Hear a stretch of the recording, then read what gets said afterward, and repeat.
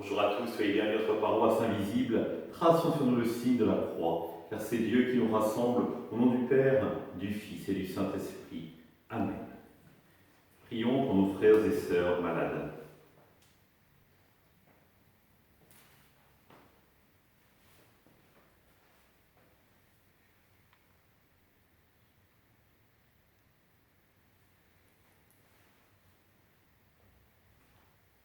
Prions pour les soignants et tous ceux qui œuvrent pour le bien commun.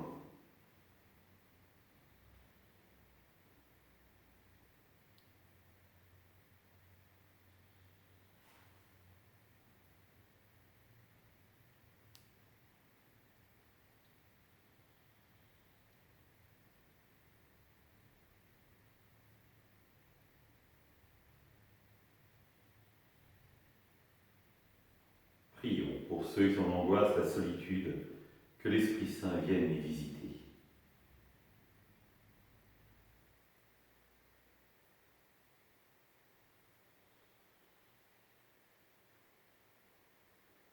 Pour manifester notre communion, je vais maintenant allumer cette bougie au cierge pascal.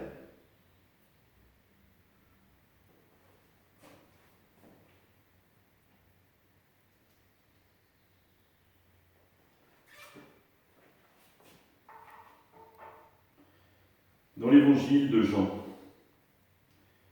Jésus disait à ses disciples : « Quand viendra le défenseur que je vous enverrai d'auprès du Père, lui l'Esprit de vérité qui procède du Père, il rendra témoignage en ma faveur. Et vous aussi, vous allez rendre témoignage, car vous êtes avec moi depuis le commencement. Je vous parle ainsi pour que vous ne soyez pas scandalisés. On vous exclura des assemblées. Bien plus, l'heure vient où tous ceux qui vous tueront s'imagineront qu'ils rendront un culte à Dieu. Ils feront cela parce qu'ils n'ont connu ni le Père ni moi. Eh bien, voici pourquoi je vous dis cela. Quand l'heure sera venue, vous vous souviendrez que je vous l'avais dit. » Acclamons la parole de Dieu. Louange à toi, Seigneur Jésus.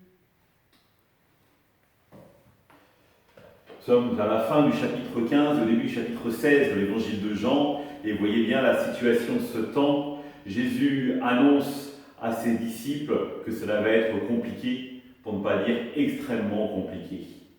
Mais immédiatement, il parle de l'Esprit Saint. Cet esprit qui va descendre pour habiter le cœur des disciples et leur permettre de tenir bon dans l'épreuve.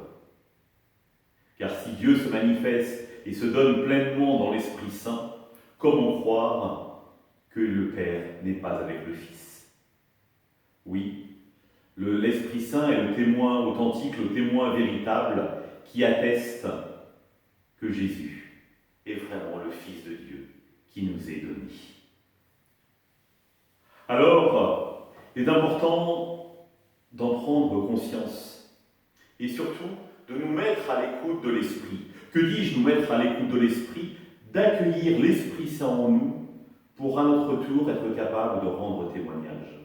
Parce que si nous rayonnons de l'Esprit, alors, comme l'Esprit atteste de l'identité du Christ, nous attesterons par notre vie de l'identité du Christ et combien il vient bouleverser notre vie. Ce matin, j'étais avec Sophie qui a témoigné auprès des jeunes de 6e de son expérience de Dieu. Combien elle était touchée à un moment de sa vie par l'Esprit de Dieu qui l'a envahie et qui a fait pour elle toute chose nouvelle. Et elle a dit aux enfants : je souhaite qu'à travers mon témoignage, vous aussi, vous soyez conscients de la place de l'Esprit Saint dans votre vie, combien il est capable de la transformer et de vous rendre heureux, de vous donner la joie. Et finalement, Dieu, ça sert aussi à ça. Ça sert aussi à nous donner cette joie qui vient de plus loin que nous-mêmes, qui vient de Dieu lui-même. Et c'est pour ça que l'acte de croire, le fait de s'engager tout entier dans notre relation à Dieu, transforme notre vie, l'illumine et nous permet de porter la joie au monde. Ensemble, nous prions. Notre Père, qui es aux cieux, que ton nom soit sanctifié, ton règne vienne, que ta volonté soit faite sur la terre comme au ciel. Donne-nous aujourd'hui notre pain de ce jour. Pardonne-nous nos offenses, comme nous pardonnons aussi à ceux qui nous ont offensés.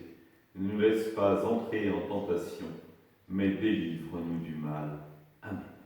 Que le Seigneur nous bénisse, qui nous accompagne notre journée, nous garde dans la paix, au nom du Père, du Fils et du Saint-Esprit. Amen. À demain.